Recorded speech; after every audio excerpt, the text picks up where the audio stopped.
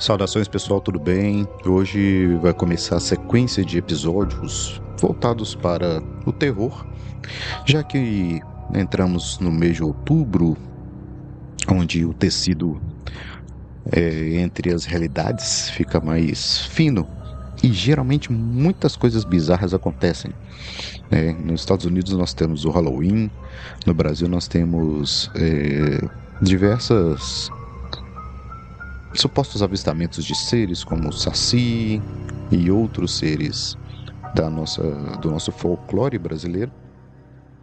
E talvez tudo isso remonte ao Samhain, né? Que é aquela celebração celta, se não me engano, que é extremamente antiga, onde o Halloween, né, norte-americano foi baseado nele, né?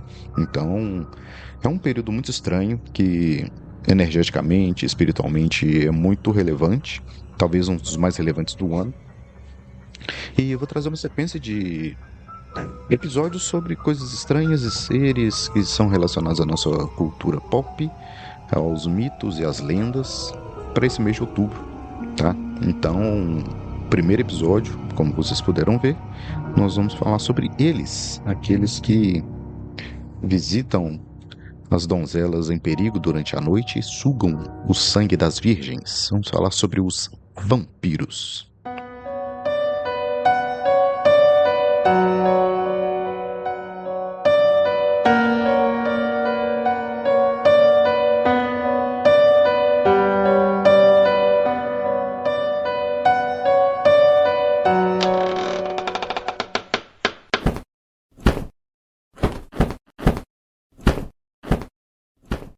Há séculos o mundo teme e se fascina por uma criatura que habita o limiar entre a vida e a morte.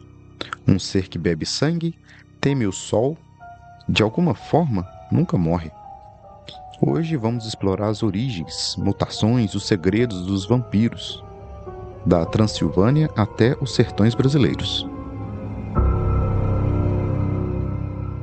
Então, falando um pouquinho da origem do mito do vampiro, né, o seu contexto histórico ali, o surgimento das crenças sobre mortos que retornam à vida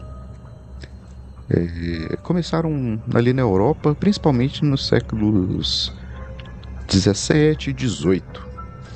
Casos documentados em países como Sérvia, Bulgária e Romênia, com relatos de vampiros que levantam de suas tumbas para atormentar diversas aldeias, começaram a se espalhar nesse período. Algumas crenças semelhantes no mundo antigo, como o Striga da Polônia, né, que a gente pode conhecer eles como Strigoi na cultura pop mais recente, né, tem uma série de onde vampiros, né, eles tomam conta do planeta, só que esses Strigoi, eles são vampiros que eles têm em vez de morder, eles infectam, como se fosse um verme, né, como se fosse uma epidemia que é passada, e esses infectados, eles viram esses chupadores de sangue, né, e esses assassinos descontrolados, né. Tem uma série muito boa que retrata sobre isso, que chama The Strain. Se não me engano, ela teve 4 ou 5 temporadas.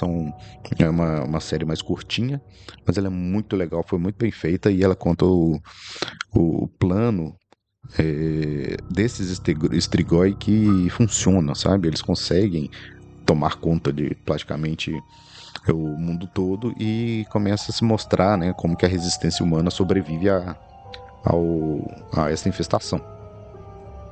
Então fica a dica aí já de começo, a dica de filme, no caso de série, né, falando sobre vampiro, que é o The Strain. Então, no leste europeu começaram a surgir esses rumores, né?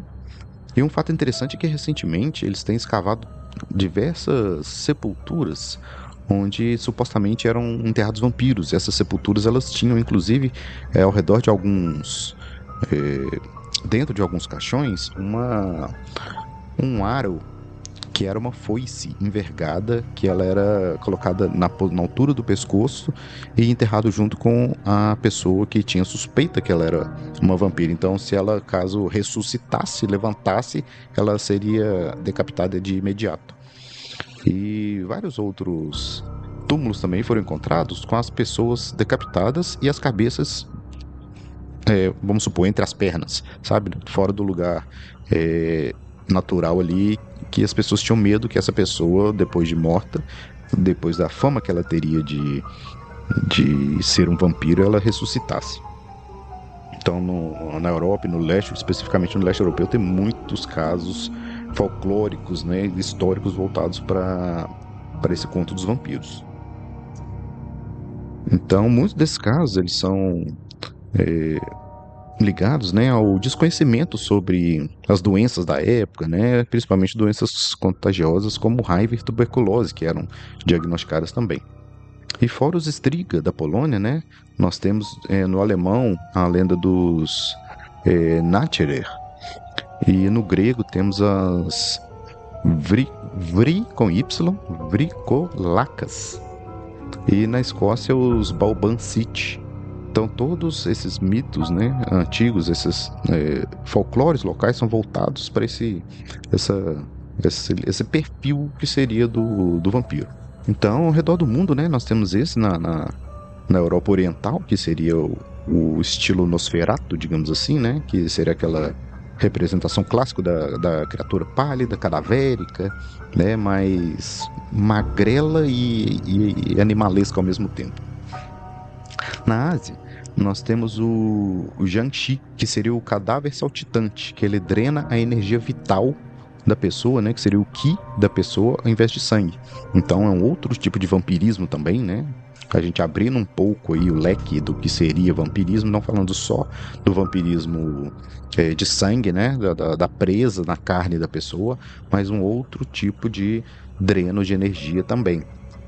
Fazendo um paralelo ao Jiangshi, nós temos na cultura oriental também, ocidental, perdão, a lenda dos íncubos e súcubos, né, que seriam demônios que sugam a energia vital e sexual das pessoas durante a noite.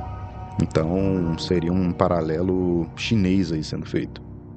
Na Malásia, nós temos os Penanggalang, que seria uma cabeça flutuante com as vísceras penduradas, que seria uma ressuscitação, né, um tipo de vampirismo ligado à feitiçaria. Na África, nós temos os Assambozan e os Obayifu, na região de Gana, que seriam criaturas com dentes de ferro e pés em formato de ganchos que caçam à noite. Então, é um outro tipo de vampiro, né, do continente africano, que tem um outro perfil tanto de ataque quanto de estrutura biológica também. Enquanto isso, nas Américas, né, nós temos no México os Tlahuelpuchi, que transformam em luzes ou animais para sugar o sangue de crianças. No Brasil, nós temos também uma lenda nos interiores da pisadeira. Não sei se vocês já ouviram falar, mas dos interiores esse folclore é muito difundido, tá muito conhecido, que seriam entidades que sufocam quem dorme de barriga cheia, possivelmente derivada do mesmo medo noturno que originou o medo dos vampiros. A pisadeira, eu já ouvi relato de pessoas que teriam paralisia do sono, que supostamente viam essa pisadeira como se fosse um corpo de uma velha, né, bem decrépito ali, bem cadavérico já, que ficasse com os dois, a pessoa deitada de barriga para cima, em decúbito, né, e essa velha, essa pisadeira, ela ficaria com os dois pés nos peitos da pessoa, né, agachada e encarando a pessoa enquanto ela dorme. Então, fora o terror noturno, né, da paralisia do sono, você ainda tem que encarar uma entidade, né, uma situação dessa enquanto ela drena essa energia. Né, no mínimo terrível, né? Então, nos interiores é muito conhecida essa lenda da pisadeira. E nas Américas nós também tivemos recentemente, talvez a vertente mais recente dessa lenda, né, desse viés do vampirismo, de alguma forma, que seria o chupacabra, né? Essa lenda, né, recente começou ali em 95, que seria um criptídeo voltado ou um animal dimensional, né, voltado para essa extração do sangue, né, das suas vítimas ali, de animais principalmente, né? A gente quase não tem relatos de ataque em humanos de chupacabra, mas em animais são centenas, talvez milhares, já somando todos esses anos, né? Inclusive, recentemente teve muitos casos na região dos campos, dos interiores da Argentina, de ataque de chupacabras. E nós tivemos também um renascimento, né, dessa lenda moderna do vampiro, né, na literatura. O John Polidori, ele lançou em 1819 o The Vampire, que seria o primeiro vampiro aristocrático da literatura, né, que seria o precursor do Drácula que a gente conhece. E isso foi em 1819. Em 1897, o Bram Stoker dá aquela pedrada, né, que a gente conhece como referência hoje, que é o Drácula de Bram Stoker, né? Que ele foi baseado nas lendas romenas, nessa figura histórica, né, do Vlad III, que seria o Vlad Empalador. O livro transformou o vampiro de monstro, né, simplesmente um monstro, um animalesco, que atacava, né, sem pensar, em um outro símbolo, né? Um símbolo de desejo, voltado ao desejo proibido ali, e a decadência humana perante essa força sobrenatural. Então, o Drácula de Bram Stoker, ele traz esse vampiro literário, né, digamos assim, ele traz o erotismo para dentro do tema, a doença se espalhando ao redor dos seus ataques ali, o contágio que ele é feito nas sombras, o controle sobre a presa, sobre o humano, ele consegue controlar ali a influência, né? Ele tem um poder de influência muito forte, essa versão literária do vampiro, e a questão da imortalidade também. Avançando um pouquinho mais na cultura pop, nós temos o Nosferatu em 1922, né, que seria o vampiro visto como uma praga. Em 1931, nós tivemos ali o Bela Lugosi, que ele eterniza, né, o vampiro aristocrata, né, aquele vampiro elegante ali. Então, isso aconteceu na era de ouro dos filmes da Universal, né? Então, que ele traz, né, tanto o Frankenstein quanto o Drácula, a Múmia, a era de ouro dos filmes da Universal ali nos anos 30. Então, ela refaz toda essa literatura de uma forma visual voltada pro Ocidente, né, pro cinema do Ocidente, trazendo essas lendas, né, do Oriente, digamos assim. Foi quando deu o boom da Universal, trazendo esses filmes e trazendo o Bela Lugosi à frente, né, desse Drácula. Então, falando um pouco de releituras um pouquinho mais modernas, né? Nós tivemos aí em 94 o lendário também Entrevista com o Vampiro, né, que ele questiona, né, a questão da moralidade e a eternidade também, né? Então, é um filmaço, não vou dar spoiler aqui, é com Tom Cruise, Brad Pitt e um elenco muito bom. Partindo já para ação e quadrinhos, né? Nós tivemos em 98 o Blade. Depois veio a série muito boa, chama True Blood, que era sobre vampiros também, no interior dos Estados Unidos. E mais recentemente, uma de comédia chamada What We Do in the Shadows, que, se não me engano, ele é do Taika Waititi, que dirigiu os 3 filmes do Thor, mais recentemente no cinema. Na cultura pop, né, ele é visto, tem essas diversas vertentes, né, onde permeia, né, e assolaria a nossa sociedade sempre pelas sombras, né, digamos assim. Agora, a gente falando em séries, né, nós temos, né, uma gama absurda, né, de filmes, né. Nós tivemos recentemente em 2014, recentemente não, foi em 2014, um filme de ação do Drácula, chamado Drácula, A História Não Contada. É um filme bem legal também, bem divertido. Nós tivemos um filme que ele veio de festivais e foi reconhecido e gravado a versão americana dele, que é o Deixe-me Entrar, que é muito legal também. Um filme onde é uma criança protagonista e uma criança é vampiro também. Em 2024 agora nós tivemos o Nosferatu, uma versão remaster, ficou muito legal. Tivemos em 2004 Van Helsing também, que não passou durante muito tempo, assim, teve um lapso muito grande, né, de filme de vampiro, e veio Van Helsing, né, que era o caçador de monstros que caçava ali vampiros que estavam assolando uma comunidade no interior da Europa, e ele topa com lobisomens também. Inclusive, né, o Van Helsing nesse filme ele é feito pelo o ator que faz o Wolverine, né, o Hugh Jackman. Tem um dos meus favoritos, que é o 30 Dias de Noite, né, que ele se passa no Ártico, eu esqueci o nome da cidade agora, uma cidadezinha que ela passa por 30 dias sem o nascer do sol, devido à posição dela ali no Ártico, né? Então, com o giro do planeta, durante 30 dias o sol não bate ali. E os vampiros fazem um plano para se alimentar de toda aquela comunidade nesses 30 dias. Então são vampiros mais... Apesar deles terem o aspecto mais animalesco visualmente, eles têm estratégia de ataque, eles sabem bolar planos. É um filmaço, inclusive eu vou rever de novo, que é um filme que vale muito a pena, muito bom. Ali nos inícios dos anos 2000, nós tivemos os anos Anjos da Noite, que foi aquela sequência Underworld, né? Que a protagonista era uma mulher, era uma mulher vampira que caçava lobisomens e ela acaba se rebelando também. E sensacional, muito legal, uma ação muito boa também. Voltando lá, em 1987 nós temos o Lost Boys, Os Garotos Perdidos, que é um filmaço também, é um dos melhores filmes de vampiros assim, que foram feitos, e naquele auge, né, do cinema dos anos 80. Em 98 nós tivemos o primeiro filme de super-herói da Marvel decente, que foi o Blade, né, o Caçador de Vampiros, e um dos meus favoritos, que ele é de 85, um ano antes do 2 anos antes do Garotos Perdidos, é A Hora do Espanto, onde é que mais uma vez um protagonista jovem, né, uma criança chegando ali na adolescência, ele se depara com um vizinho que é um vampiro, ele tem diversas atitudes estranhas, o moleque começa a investigar e ele vê que o vizinho é um vampiro e o vizinho começa a paquerar a mãe dele, então começa a frequentar a casa dele e vira um pesadelo a vida do moleque. E é sensacional. Agora um filme que eu gosto muito, que ele é feito...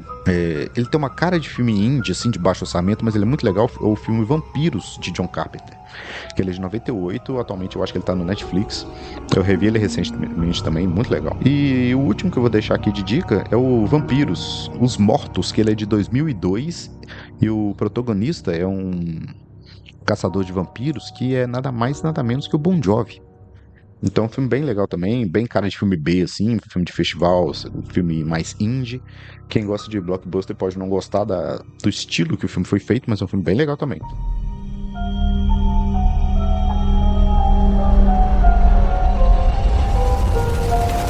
Você está ouvindo Projeto Contato Podcast.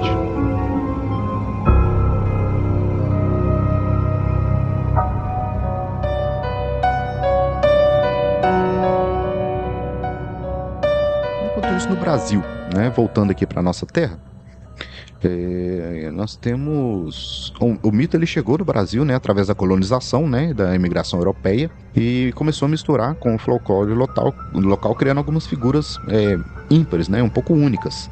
Seria uma delas o Vampiro de Cajazeiras, na Paraíba, que são relatos de 1910 sobre uma criatura que atacava animais e sugava sangue. Mais um paralelo sendo feito, né, gente? O Vampiro de Cajazeiras, ele pode ser muito bem uma versão não devidamente registrada, por exemplo, do chupacabras, do ataque dos chupacabras, né, que os ataques eram feitos a animais, né, e não humanos. Então ele já tinha essa característica de atacar animais e desaparecer com sangue ali em 1910. Então pode ser um paralelo que ainda não foi traçado até hoje, né, a lenda do Vampiro de Cajazeiras. Tivemos um caso policial nos anos 60, voltado para True Crime, né, que seria o Vampiro de Niterói. Então esse caso aconteceu nos anos 60 no Brasil. Eu tenho pouquíssimas informações sobre ele, mas eu pretendo pesquisar, que eu achei no mínimo interessante, né? Então nós temos aí uma pessoa, talvez com um perfil mais canibalesco, digamos assim, né? Que foi identificado e registrado na época como Vampiro de Niterói. Niterói também tem cada coisa, hein, rapaz? Enquanto isso, no folclore, né, foram derivando essas outras lendas, né? Da pisadeira, do bicho-papão, né? Que tem a ver com esse sincretismo que foi feito, né? E seriam entidades que supostamente se alimentariam de sangue. Falando um pouquinho da parte científica, né? Do que seria esse vampirismo, né? Ou doenças que resultariam nesse vampirismo. A primeira delas seria a porfíria, que ela causa sensibilidade à luz. As gengivas se retraem, né? Parecendo que os dentes ficam maiores, né? Inclusive os caninos ali, gerando essa aparência vampírica. Durante muito tempo, registros de porfíria foram criados, gerados, né, tentando explicar vampirismos ao longo do mundo, tanto quanto a raiva e a tuberculose também. Tem alguns sintomas que são associados ali à mordida, né, e essa possibilidade de contágio, né, se você for infectado por uma pessoa com raiva, você pega a raiva também. Nós temos também o vampirismo psicológico, né, que acontece muito atualmente, onde indivíduos que sugam a energia emocional da outra pessoa, né? Então, hoje a gente vê muito desses vampiros emocionais em relacionamentos abusivos, né? Com diversos controles, né, sobre a outra pessoa, digamos assim. E atualmente, né, 2025, nós temos os que são denominados vampiros digitais, né? Vampiros de energia, de redes sociais, né? Que são pessoas que ficam stalkeando outras pessoas e têm essa habilidade de agredir outra pessoa mesmo à distância, né? Digamos assim, e sugar, né? A energia da pessoa, ou quando tá próximo da pessoa, em poucos momentos próximo com outra pessoa, a pessoa já sente sua energia drenada. Inclusive, eu tenho relatos de amigos que visitam a casa de pessoas, né, de outros amigos, ditos amigos, né, e quando sai da casa da pessoa, a pessoa sai destruída, com energia lá embaixo, passa mal, chega a ter febre e tal, de tanto que a sua energia foi agredida enquanto ela estava naquele ambiente supostamente amigável ali. E eu, né, gente, como você sabe, né, na minha família espírita, a gente vê casos de pessoas que têm suas energias sugadas por outras com certa frequência, não é? Não tem nada a ver com a ufologia, né? Mas falando ainda dessa questão do vampirismo em si, as pessoas, elas têm as suas energias drenadas por pessoas que supostamente são amigas, conhecidas, até parentes às vezes, sem saber. Vou dar um caso, um exemplo prático para ver se fica bem ilustrado. Senta que lá vem a história. No passado, minha esposa estava na academia, minha esposa é médium, que ela tem uma certa visão também da mediunidade em si, né? Não só a sensação, né? Sensação de ambiente estranho ou de ficar arrepiada, então às vezes ela consegue ver alguns fenômenos paranormais, digamos assim. E ela estava prestando atenção numa conversa entre duas pessoas que era do grupo dela de dança, e uma dessas pessoas, a pessoa, no caso, a invejosa, né, a que estava vampirando a outra, digamos assim, estava conversando com a pessoa como se fosse de perto, assim, sabe? Como se fosse quando você vai fofocar, você fala bem de pertinho com outra pessoa. E enquanto ela conversava, a minha esposa via um fluido saindo da amiga dela, que estava sendo vampirizada, entrando pela boca dessa que estava fazendo o comentário, que era a que estava vampirando a energia dela. E essa pessoa sempre saía dessa aula muito cansada, derrubada, sem energia, direto para casa para descansar. Saía desvalida praticamente.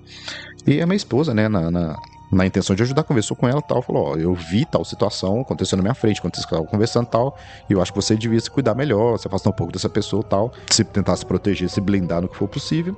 Aí a pessoa ouviu a minha esposa, ouviu as dicas lá e melhorou a saúde dela, não teve mais essa interação, então ela entendeu que a pessoa estava vampirando a sua energia e não tinha sido a primeira vez, pelo que minha esposa comentou comigo.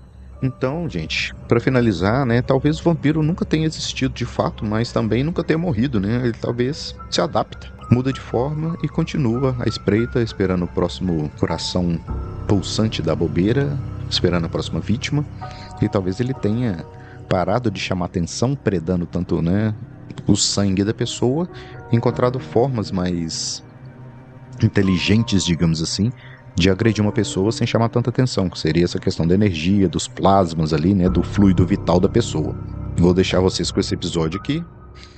Aguardo os comentários de vocês no finalzinho lá, tá? E envia para alguém que você acha que pode gostar desse tema, gosta da história de vampiros. E eu quis trazer vampiros aqui um pouquinho diferente, né, além do que a gente está acostumado, só pra gente ter um conteúdo legal sobre os vampiros aqui no podcast, beleza? Queria dedicar esse episódio à minha querida apoiadora e amiga Aline, lá do grupo de apoiadores, que ela é fã de terror, fã de vampiros, e já tinha um tempo que eu tava devendo esse episódio pra ela. Eu achei que agora no YouTube seria o período adequado, beleza? Então, Aline, esse episódio é dedicado pra você. Joia? Então, pessoal, é isso. Se quiser participar do grupo de apoiadores, sempre tá o link aqui na descrição também. A família ela é muito legal, o grupo é excelente, né? São debates de qualidade. Tem várias pessoas dos outros grupos de ufologia que estão participando lá, então sinta-se à vontade. E vou deixar o convite também para vocês mais uma vez, que estamos aí chegando no último mês da venda de ingressos da ETXP, que ela vai acontecer nos dias 21 e 22 de novembro em Belo Horizonte, no Hotel Royal Golden, na região da Savassi, ali, zona sul de BH. Um auditório excelente, o hotel é de ótima qualidade e nós temos um grande elenco chegando aí e vai ser sensacional. Esse congresso Há muito tempo não é feito em Belo Horizonte um congresso assim, então vai ser fantástico ter vocês lá com a gente, se vocês puderem participar e prestigiar essa galera que está vindo, né? O Jackson veio para BH, o Rafael Jacaúna, o Lauro do caso Cláudio, essa galera toda vai participar, né? Os meninos do Contato também. Então vão ser um dia e meio, né, de palestras assim, com um alto nível, e todas as palestras são diferentes uma da outra, o que é muito interessante. Então não vai ter tema repetido, não vai ser tedioso, e eu prometo que vai ser um final de semana sensacional. Espero ver vocês lá, beleza? A gente se vê em breve e valeu. E uma dica final: não se esqueçam de fechar bem as portas e as janelas de noite, e, se possível, deixar alguns dentes de alho espalhados por aí, porque nunca se sabe. Valeu.